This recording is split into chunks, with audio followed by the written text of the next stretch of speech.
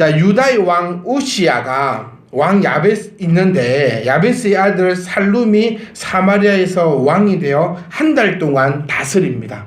이것밖에 없어요. 어떤 기록도 없습니다. 살룸이라는 왕이 15번째 왕인데요. 이 살룸은 사마리아에서 한 달간 다스리게 됩니다. 이때에 디르샤에 있는 군대 장관입니다. 이 디르샤에 있는 므나헴이라는 사람이 이스라엘의 16대 왕임을 우리는 알 수 있습니다. 이 므나헴에 대해서 한번 설명해 보면요. 므나헴은 가디의 아들이며 원래는 이스라엘 초기 수도가 어디죠? 이스라엘이 사마리아를 수도로 삼기 전에 첫 수도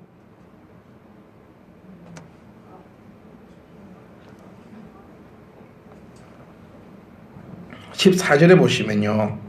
므나헴이 디르샤에서부터 디르샤입니다. 네.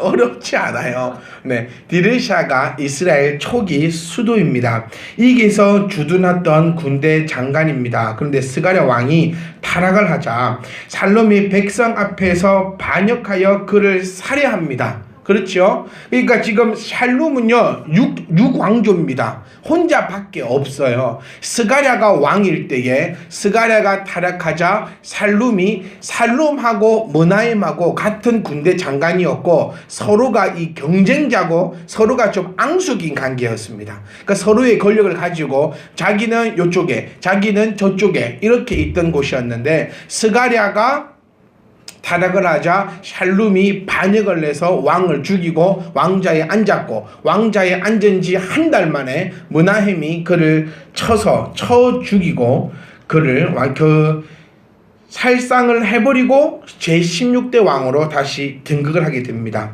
그런데 이때 우리가 중요하게 얘기해 볼 것이 이겁니다. 므나헴이 집권한 이후에 딥사 주민이 므나헴을 적극적으로 환영하지 않고 성문을 열지 않았다고 되어 있습니다. 여기 보시면은 우리 15절 16절 말씀 보시면 16절입니다. 그때에 므나헴이 디르샤에서 와서 딥사와 그 가운데 있는 모든 사람과 그 사방을 쳤다. 그러니까 디르샤에서 이제 사마리아로 가고 있습니다. 왕궁이 사마리아에 있으니까요. 그런데 가고 있는데 딥사가 아예 그들을 성문을 열지 않고 그들을 환영하지 않습니다. 그 이유가 뭐냐면은 그 딥사는 살룸을 지지했던 기반입니다.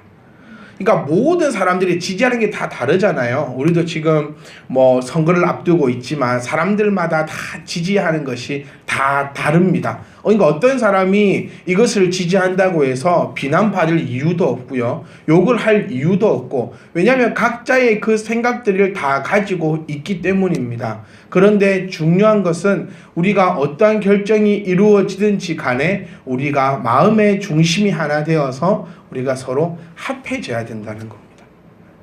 이번에 대통령 선거를 이렇게 가만히 보면서 저는 그 생각을 한번 해봤거든요. 지금 5명 토론회를 다 보면은 다 잘하더라고요. 왜? 다 뭐 생각들은 다 좋습니다. 네, 이 사람은 이 생각, 뭐 어떤 사람은 4차 산업에 자신이 있고, 어떤 사람은 안보에 자신이 있고, 어떤 사람은 이기 자신이 있고, 어떤 사람은 저 자신이 있고. 근데 또 모든 후보가 말하고자 하는 가장 큰 하나는 국가와 국민을 위한다라고 이야기를 하더라고요. 그러니까 저는 그 생각이 들었어요. 누가 대통령이 되든지 간에 이 5명이 서로 참 힘을 합해가지고 장관 다 나눠가지고 4차 산업 잘하는 사람한테는 4차 산업 맡겨주고 뭐 여기서 맡겨주고 그 사람들이 다 얘기하고 있는 게 국가와 국민을 위한 건데 누가 대통령이 되든지 간에 서로가 협력을 참 해가지고 자기가 갖고 있는 달란트를 사용을 해서 참 나라를 운영해 나가는 것이 국가와 국민을 위하는 것이 아닐까. 우리 일반 백성들은 그렇게 한번 생각을 해보지만 그들은 절대로 그럴 리는 없을 것 같지 않습니까? 누가 대통령이 되든지 간에 4명은 또 야당이 될 것이고 그러면서 또 서로 못 잡아먹을 거고 이게 과연 국민과 국가를 위하는 것인가 한번 생각해 보는 장면이 바로 이 장면에 있습니다. 자, 살룸을 지지했습니다. 그래서 므나헴이 내려올 때에 성문을 열어주지 않습니다. 그때 므나헴은 그들을 설득하고 그들을 이해하고 그들을 사랑하고 그들을 위해 기도하는 것이 아니라 딥사를 습격하고 그 지역 사람을 도륙하고, 그뿐 아니라 무나임의 잔인함은 아이를 벤 여자의 배를 갈라서 아이를 꺼낸 다음에 그 아이까지 죽여버리는 그런 잔인한 모습을 우리 볼 수가 있습니다.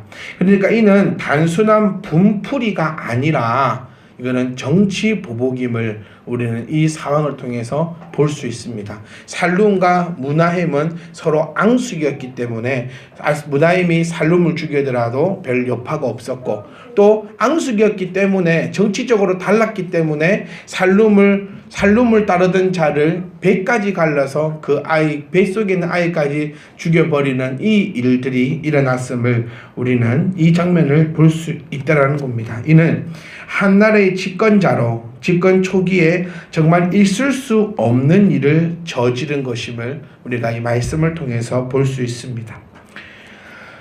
그러니까 이 사람은요, 지금 무나햄은 적을 많이 만듭니다. 국내에서는 친애굽파와 친아수리파의 대립이 격화됩니다. 그러니까 나라가 우리 모든 역사를 통해서 볼 수 있는 것도, 우리가 이걸 좀 파악하셔야 되는 게, 역사를 통해서 나타나는 무너짐의 징조. 그러니까 이것이 우리 국가에 대비해 볼 수도 있고요, 우리 교회에도 한번 대비해 볼 수 있고, 우리 가정에서도 한번 살펴볼 수 있습니다. 우리 교회는 무엇 때문에 모인 곳입니까? 교회는 예수 그리스도 때문에 모인 곳입니다. 다른 이유 전혀 없습니다. 네, 다른 이유 전혀 없어요. 야구 동호회 가서 축구하자고 하는 놈은 미친놈입니다. 그렇지요? 야구 동호회 자기가 등록해놓고 갈 때 글러브하고 야구방망이 안 챙겨가지고 축구화 챙겨가놓고 축구 안 한다고 욕하는 사람이 정신병자입니다. 반대로 축구 동호회 가가지고 사람들한테 야구 안 한다고 하는 사람들도 이상한 사람들입니다. 교회도 마찬가지입니다. 여러분, 우리가 교회 공동체로 모인 이 이유는 오직 예수 그리스도 때문임을 여러분이 기억할 수 있기를 부탁드립니다. 그런데 무너지는 징조가 뭐가 되냐면 파가 생기는 겁니다.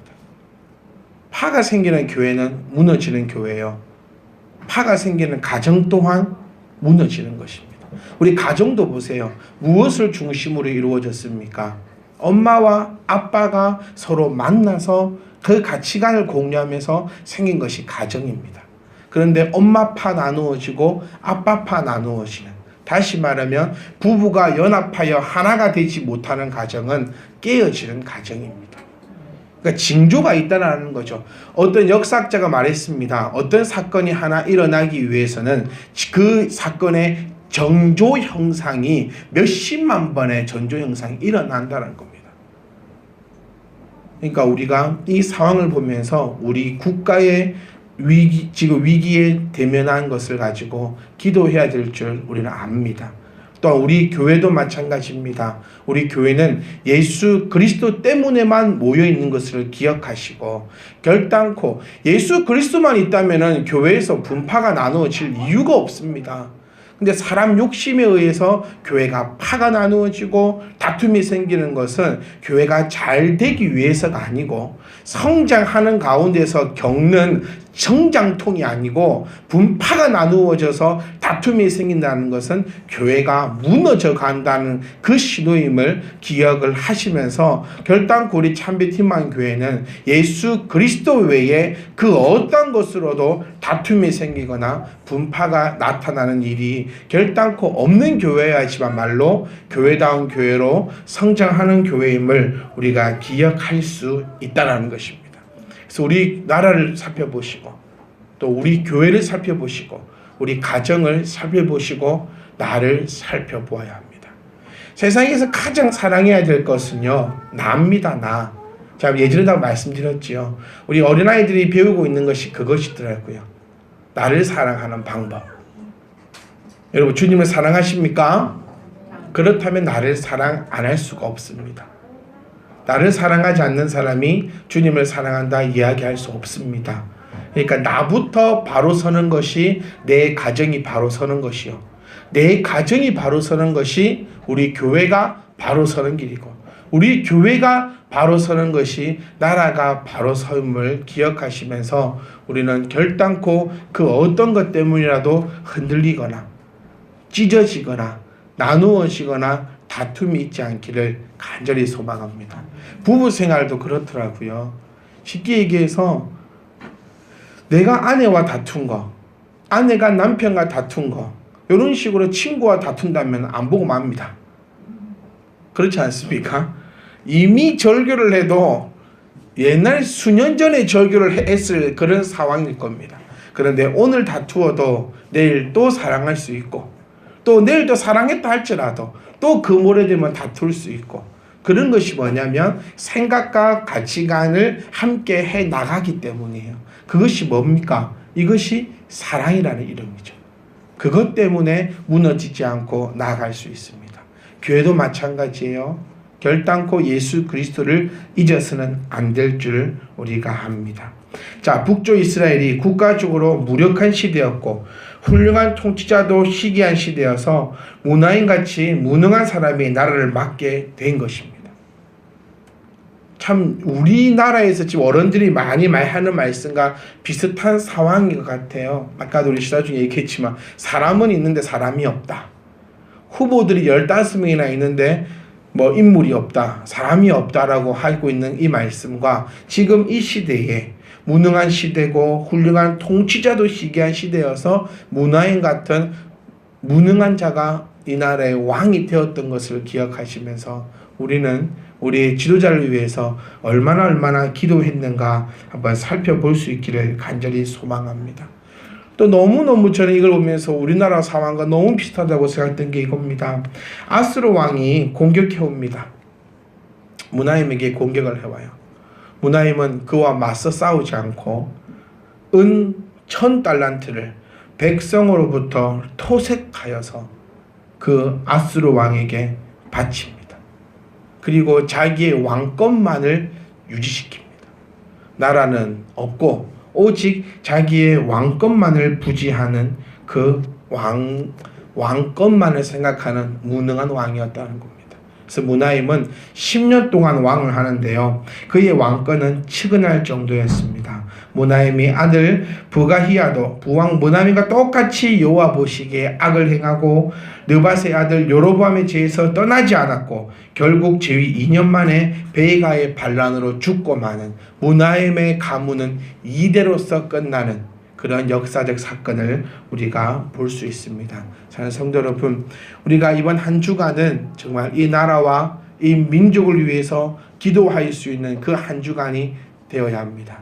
우리가 정말로 바른 지도자를 위해서 바른 생각을 가지고 열심으로 기도해야지만 문하햄이 이끌었던 북쪽 이스라엘처럼 되지 않음을 우리는 말씀을 통해서 볼 수 있다는 겁니다. 그래서 우리는 욕하지 말고 우리는 누가 대통령이 되든 어떤 계급이 되든 내가 지지하던 사람이 되었던 내가 지지 안 했던 사람이 뭐 되었던 어떤 경우라도 교회 안에서 결단코 다툼이 일어나서는 안 될 것이고 두 번째로 우리가 기억해야 될 것은 그들을 위해서 얼마나 기도할 수 있는 우리였는지를 한번 살펴보면서 꼭 이번에는 기도의 능력으로 하나님께서 세우시는 귀하고 복된 우리나라의 민족자가 세워질 수 있는 나라와 민족을 위해서 기도할 수 있는 한 주간의 삶이 되시기를 간절히 소망합니다. 우리 우스갯소리 이런 얘기도 해요. 차라리 대통령이 없으면 좋겠다. 지금 대통령이 없잖아요. 우리나라는 국무총리가 대통령 대행으로 가고 있는데 뭐 우리 생활에는 별 뭐 월급이 오른 것도 없고 내 떨어진 것도 없고요.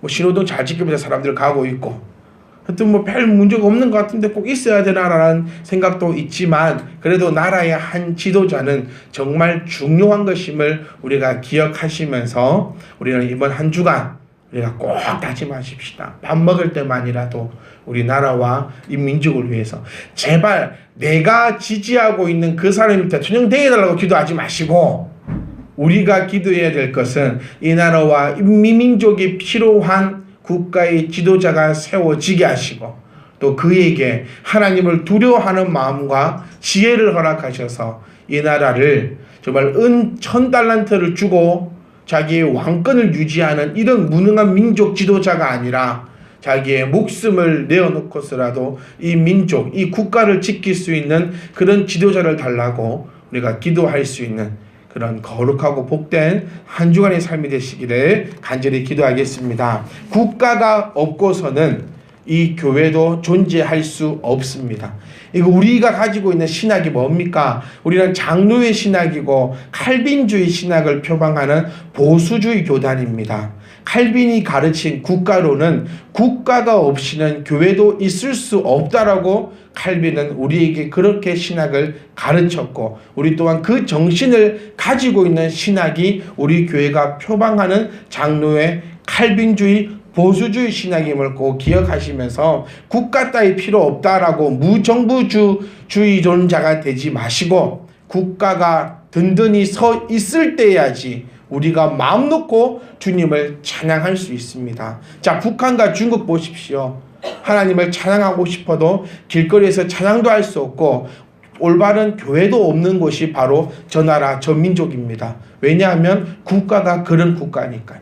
우리나라는 이 대한민국이라는 국가가 있기 때문에 우리가 이곳에 교회를 세우고 마음껏 예배할 수 있다는 것을 꼭 기억하시면서, 우리가 칼빈의 그 신학적 사상을 가지고도 국가가 있어야지 교회가 있다는 것을 기억하시고, 이번 한 주간은 우리가 꼭 이 나라와 이 민족을 위해서 기도하시어 아름다운 대한민국, 그 속에서 아름다운 참 희망 교회가 될 수 있기를 간절히 소망합니다.